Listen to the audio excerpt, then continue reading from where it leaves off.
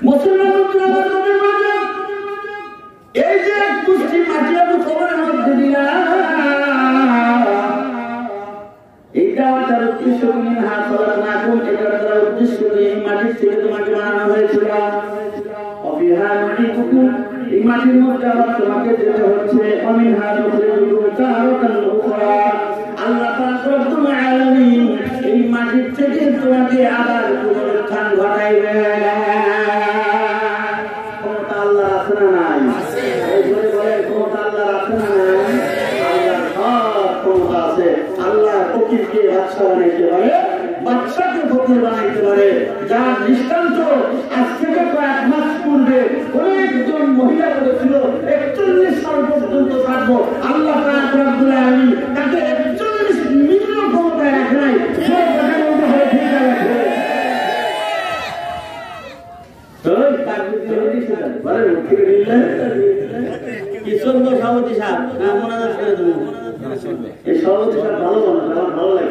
আপনারা কেউ আমার খোঁজ খবর নেই। একটা প্রধান বক্তার দাওয়াত দিয়ে একবার ফোন দেওয়া লাগে।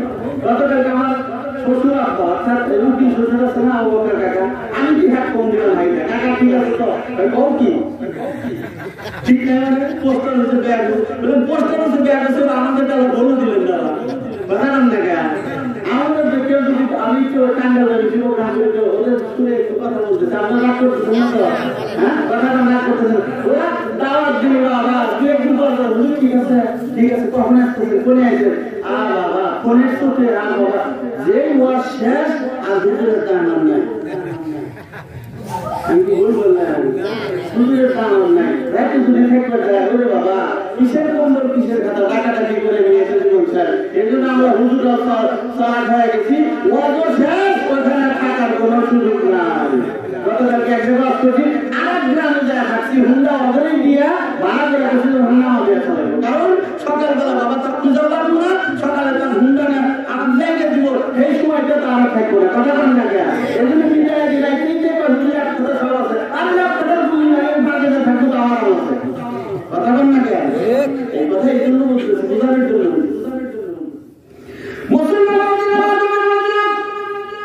আমি যে কথা বলতেছিলাম আল্লাহ কাউকে উপরে উঠাইতে পারে আর কাউকে নিচে নামাইতে পারে ক্ষমতা আল্লাহর আছে না নাই। ৪১ সাল নয় ৪১ মিনিট আল্লাহ তাআলা শুরু করে দেন নাই। কত নির্যাতন কত জুলুম ওলামায়ে কেরামের উপরে হয়েছিল একটু কথা বলতে হবে। এই মুসলমান ওলামায়ে কেরামদেরকে বন্দী করে জেলের মধ্যে আপনি রেখেছিলেন ওলামায়ে কেরাম মাঠের মধ্যে আছে কিন্তু আপনি নাই এটা বোঝানো হচ্ছে ওলামায়ে কেরাম দিনের জন্য ইসলামের জন্য কোরআনের জন্য জীবন দিতে রাজি আছে আর তুমি আমি পেট পুরার জন্য রাজি। আমি কি আওয়ামী লীগের বিরুদ্ধে বললাম না বিএনপির বিরুদ্ধে বললাম? আমি কিন্তু কারোর বিরুদ্ধে বললাম না। আমি বললাম হলো যারাই ক্ষমতার সাথে কাপড় দেখাবে আল্লাহ তাদেরকে এমন করতে পারে কি পারে না পারে। সমান উপস্থিতি যে কথা বলতেছিলাম আল্লাহ কোরআন কারীমের মধ্যে কত সুন্দর করে বলছেন এই মাটির থেকেই তোমাকে আমার পুনরুত্থান আমি আল্লাহ ঘটাইতে পারবো। এই ক্ষমতা আমি আল্লাহর আছে না নাই?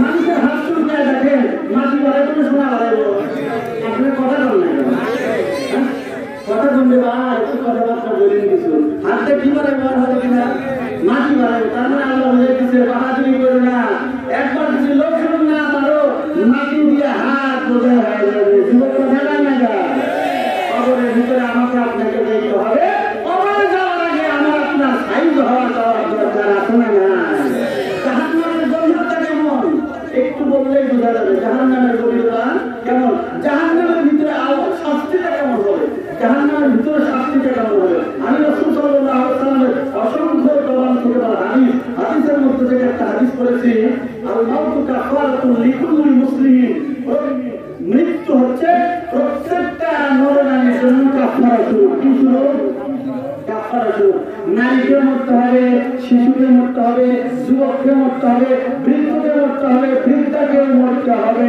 একবার কারা দুই হাত তুলে দেখা দেন কেউ হাদিসের অর্থ গেল কোরআনের আয়াতের অর্থ গেল মোটামুটি এক পর্যায়ে শেষ হইল। এখন আসল কথা আছে মরণ আমার জন্য আপনার জন্য অনিবার্য মরণ আমার জন্য আপনার জন্য অনিবার্য। মরার আগে যদি আমি মহিলা না যাই, একটু আমল বন্দী না করে যাই, তাহলে কেমন সাইজটা হবে? একটু হাদিস শুনে নেন। বিশ্বনবী সাল্লাল্লাহু আলাইহি ওয়াসাল্লামের জবান থেকে বলা হাদিস আছে যে কি হাদিস? একজন মানুষ মনে করেন জাহান্নামে তার শাস্তিটা কেমন হবে? জাহান্নামে একটা নিম্ন একজন জাহান্নামের শাস্তিটা কেমন হবে? জুতার পায়ের জুতা আছে না? বুঝতে পারেন? জুতার পায়ের জুতা আছে না? এই জুতার পায়ের জুতাটা হবে আগুনের। কিসের হবে? আগুনের হবে। এই পায়ের এই জুতাটা টকবক করতে করতে মাথার মধ্যে আমাদের শব্দ হবে। কি হবে? শব্দ হবে, টকবক করবে, মনে হবে মস্ত করে করতেছে। আর এই জাহান্নামী ব্যক্তি মনে করতেছে এই শাস্তি মনে হয় আমার সবচেয়ে বেশি। অথচ আল্লাহ পাক রব্বুল আলামিন আল্লাহ রাসূল সাল্লাল্লাহু আলাইহি ওয়াসাল্লাম কয় না না না, এই শাস্তি তোমার জন্য সবচেয়ে বড় শাস্তি নয়, এটাই হলো তোমার জন্য সবচেয়ে নিম্ন হালকা শাস্তি। মুসলমানরা জান্নাতে জান্নাতের মধ্যে চলে যাবে। আল্লাহ নবী সাল্লাল্লাহু আলাইহি ওয়াসাল্লাম বলেন জান্নাতে যখন জান্নাতের মধ্যে চলে যাবে, জাহান্নামে যখন জাহান্নামের মধ্যে চলে যাবে। কবি বললাম আল্লাহ পাক রব্বুল আলামিন ডাক দিয়ে বলবে ফেরেশতাদেরকে, ও ফেরেশতারা তোমরা শোনো, আমি আল্লাহর নির্দেশ তোমরা পালন করো। একটু কবি মনোযোগ দিয়ে বুঝবেন, আমি আল্লাহর নির্দেশ তোমরা পালন করো। বলে কি নির্দেশ? যাদের অন্তরে সরিষার দানার পরিমাণ ঈমান আছে, তাদেরকে আমি আল্লাহর হুকুম দিলাম, নির্দেশ দিলাম, তাদেরকে জাহান্নামের আগুন থেকে বের করে নিয়ে আসো। আল্লাহ পাক রব্বুল আলামিন তাদেরকে পারমিশন দিবেন, এক মিনিট দেরি করিও না, একটু গভীর মনোযোগ দিয়ে এক মিনিট দেরি করিও না। যাদের অন্তরের মধ্যে সরিষার দানার পরিমাণ ঈমান আছে, তাদেরকে জাহান্নামের আগুনের মধ্যে থেকে বের করে নিয়ে আসো। জাহান্নামের ভিতরে এত ভয়ানক শাস্তি, এত আযাব, এত কঠিন আযাব। জাহান্নামের ভিতরে এত আযাব কিতাবের মধ্যে লিখছেন, দুনিয়ার আগুনের চাইতে জাহান্নামের আগুনের তেজ হলো 70 ভাগ। কত গুণ বলেন? 70 গুণ। এই আযাবের মধ্যে আমার আপনার থাকা কোনোদিন সম্ভব না। এই আযাব থেকে যদি আমি আপনি বাঁচতে চাই, ঈমান ও আমল না নিয়ে যদি কবরে যাই, আল্লাহ জাহান্নাম ছাড়া কোনো রেহাই নাই। আল্লাহ পাক রব্বুল আলামিন ডাক দেন, এ ফেরেশতা যাও যাও, যাদের অন্তরের মধ্যে সরিষার দানার পরিমাণ ঈমান আছে, তাদেরকে জাহান্নামের ভিতর থেকে বের করে নিয়ে আসো। আল্লাহ পাক রব্বুল আলামিনের নির্দেশে জাহান্নামের আগুন থেকে তাদেরকে বের করে নিয়ে আনা হবে। জাহান্নামের আগুনে তাদের শরীরটা জ্বলে পুরো একদম ছাই হয়ে গেছে, ছারখার হয়ে গেছে, কেমন অবস্থা হয়ে গেছে আর চেনা যায় না। আল্লাহ পাক রব্বুল আলামিন মুহূর্তের মধ্যে তাদেরকে নির্দেশ দিবেন, ফেরেশতাদেরকে নির্দেশ দিবেন, ও ফেরেশতা, আমার একটা নহর আছে, আবে হায়াত নামক একটা নহর আছে, এই আবে হায়াত নামক নহরের মধ্যে তাদেরকে পাইয়ে দাও, তাদেরকে গোসল করায় দাও। আমি আল্লাহর উদ্দেশ্য হলো এই বান্দাটা চেহারাটা আমি আল্লাহ এত সুন্দর করে দিব, এত ভালো করে দিব, যা মুক্তার মতো মুহূর্তের মধ্যে ঝলঝল করবে। সুবহানাল্লাহ। আবে হায়াত নামক নহরের মধ্যে যখন আল্লাহর বান্দারে যখন নিক্ষিপ্ত করা হয়, নিক্ষিপ্ত হওয়ার পরে জ্বলে পুড়ে কয়লার মতো ছারখার হয়ে গেছে, যখন আবে হায়াত নামক নহর থেকে যখন আল্লাহর বান্দারে উঠানো হবে, উঠানোর পরে এমন অবস্থা হবে আর চেহারাটা মুক্তার মতো হয়ে যাবে। আবার বলেন না সুবহানাল্লাহ। চেহারাটা মুক্তার মতো হয়ে যাবে। মুক্তার মতো হয়ে যাওয়ার পরে যখন তাকে আবার ওখান থেকে উঠে আনা হবে, এত সুন্দর চেহারা হবে, এত দেখতে সুন্দর লাগবে। আল্লাহ পাক রব্বুল আলামিন ডাক দিয়ে বলবেন, ও আমার ফেরেশতারা তোমরা শোনো, আমি আল্লাহ নির্দেশ দিলাম, এই মানুষটারে জাহান্নামের মধ্যে যাইবা না, এই মানুষটারে আমি আল্লাহ জান্নাতের মধ্যে ঢুকাইয়া দাও।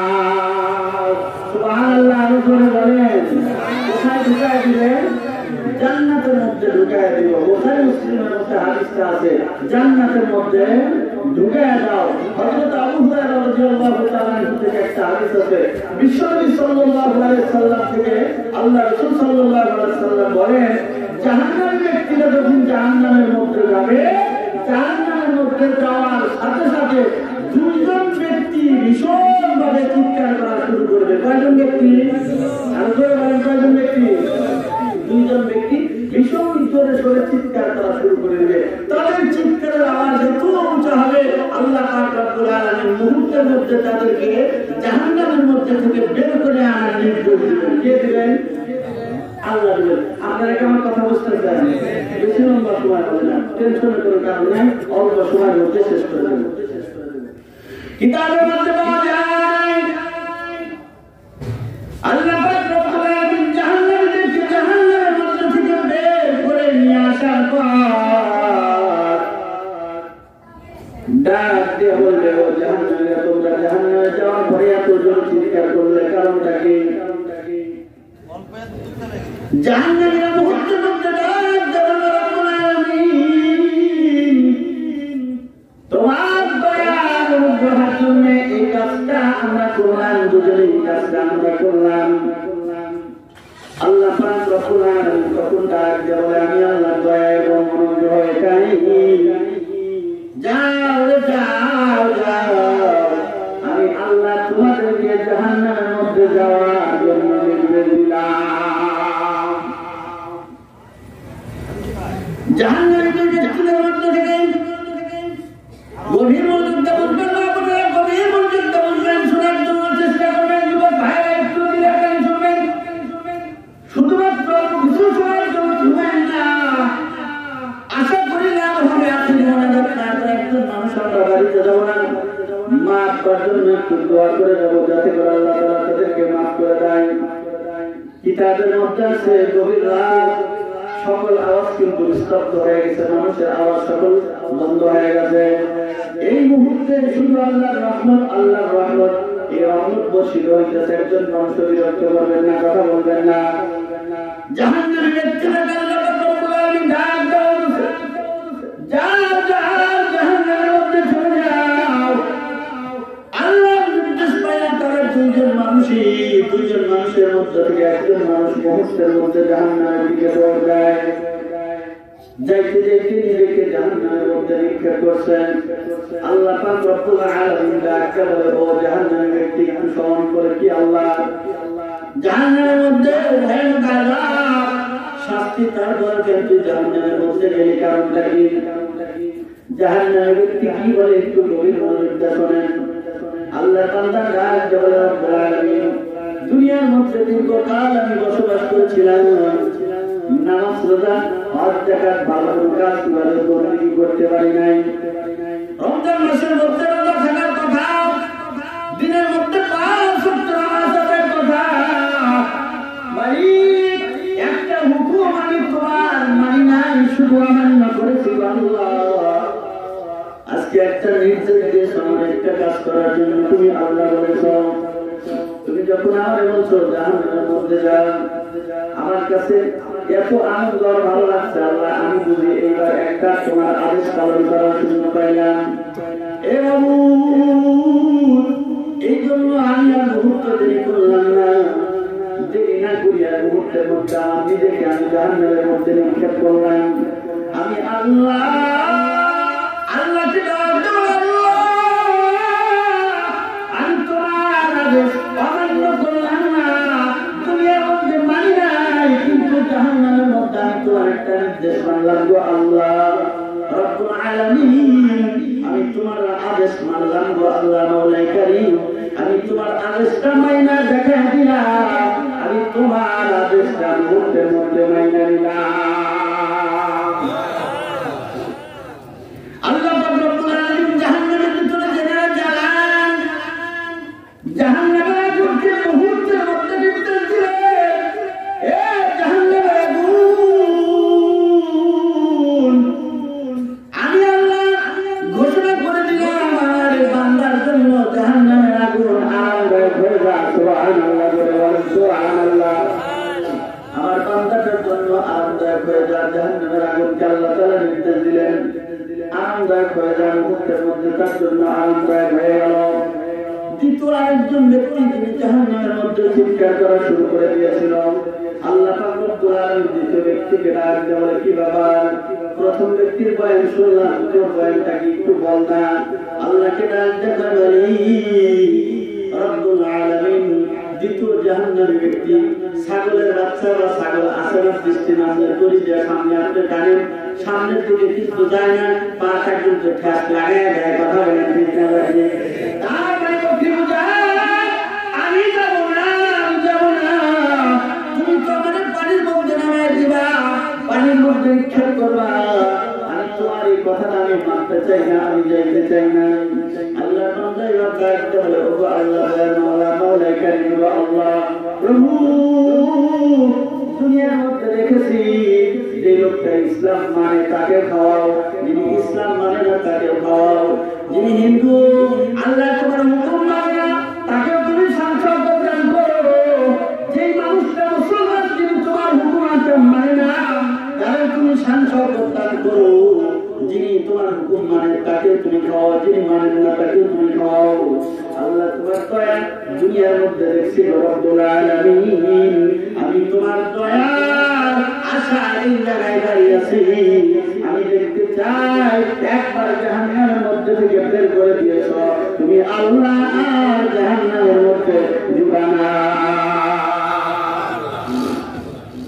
আল্লাহ পাক রব্বুল আলামিন বলেন, তিরমিজি শরীফের মধ্যে হাদিস আছে, আল্লাহ পাক রব্বুল আলামিন ফেরেশতাদেরকে ডাক করে, যা যা যা ফেরেশতা, আমি আল্লাহ এই দুই ব্যক্তির উপরে এমন খুশি হইলাম,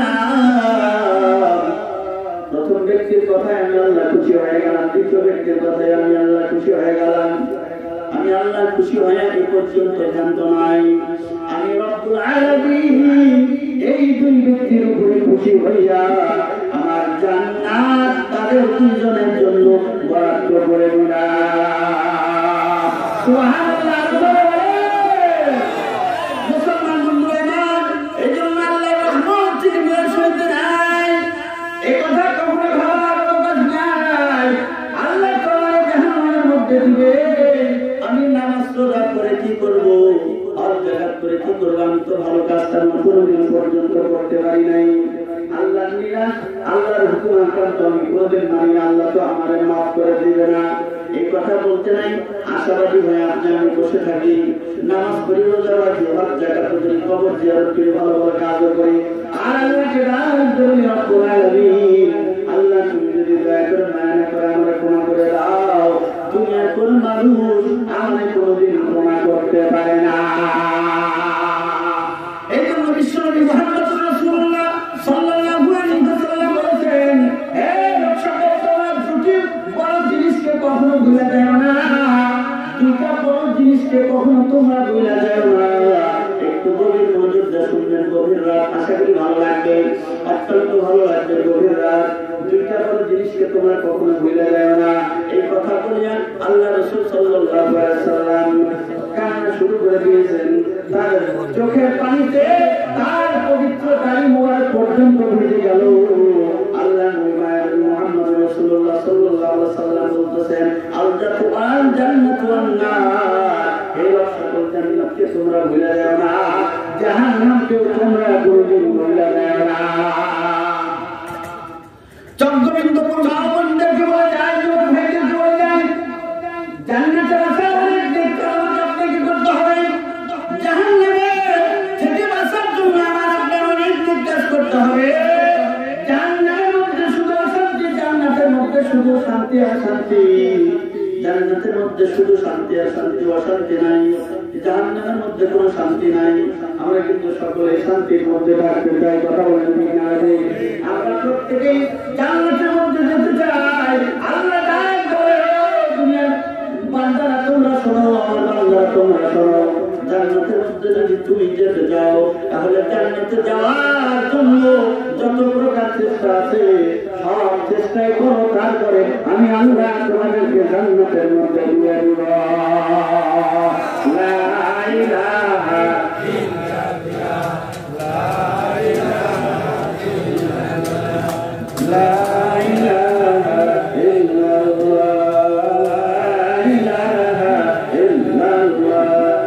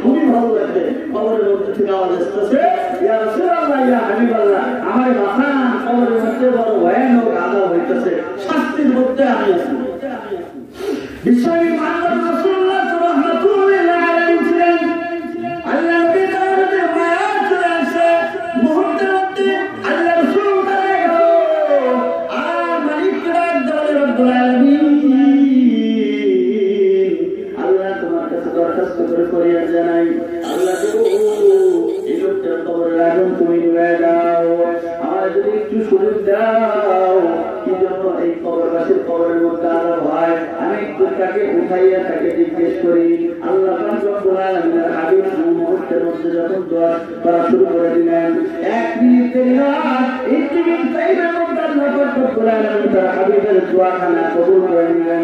জোরে আওয়াজ করে বলেন না সুবহানাল্লাহ। আল্লাহ হাবিবের দোয়া কবুল হয়ে যায়। আল্লাহ রাসূল আল্লাহর কাছে দোয়া করে বলে দোয়া কবুল হয়ে গেল। আর কবরের মধ্যে থেকে একজন ব্যক্তি বাইরে চলে আসলো, তখনও তার কাপড়ের মধ্যে আগুন জ্বলতেছিল। আল্লাহর বান্দা চলে আসলো, আল্লাহর বান্দা কাপড়ের মধ্যে আগুন জ্বলা অবস্থায় ছিল। আল্লাহর বান্দাকে ডাকতে বলে আমার উম্মতিরা তোমার নামটা কি, তোমার কবরের মধ্যে কি জন্য আগুন জ্বলে, তোমার বাড়ি কোথায়, কি জন্য তোমার কবরের মধ্যে আগুন জ্বলে, একটু যদি আমার খুলিয়া বলতাম। আল্লাহ রাসূলকে ডাকতে বলে সাল্লাল্লাহু আলাইহি সাল্লাম এই বাগদাদ শহরের মধ্যে আমার বাড়ি, আমার নাম আসবাহার, আমারে আপনি চিনবেন না, আমারে আপনি চিনবেন না, বাগদাদ শহরের মধ্যে আমার বাড়ি, আমার নাম আসবাহার। আমি জীবনে কোনোদিন এক কাজ করি নাই, শুধু আমি সব সময়ের জন্য লিখতেছিলাম, মুহূর্তের মধ্যে একটা ভালো কাজ আমি কোনোদিন করি নাই। ইয়া রাসূলুল্লাহ, ইয়া হাবিবাল্লাহ, আমার মনে পড়ে গেছে যার জন্য বুঝি আল্লাহ পাক রব্বুল আলামিন আমার কবরের মধ্যে আগুনের ব্যবস্থা করে দিলেন। তোমার কবরের মধ্যে আগুন জ্বলে কেন? দাও দাও করে আগুন জ্বলতেছে, কারণটা কি? কারণ আল্লাহ পাকের আল্লাহ রাসূলের দোয়া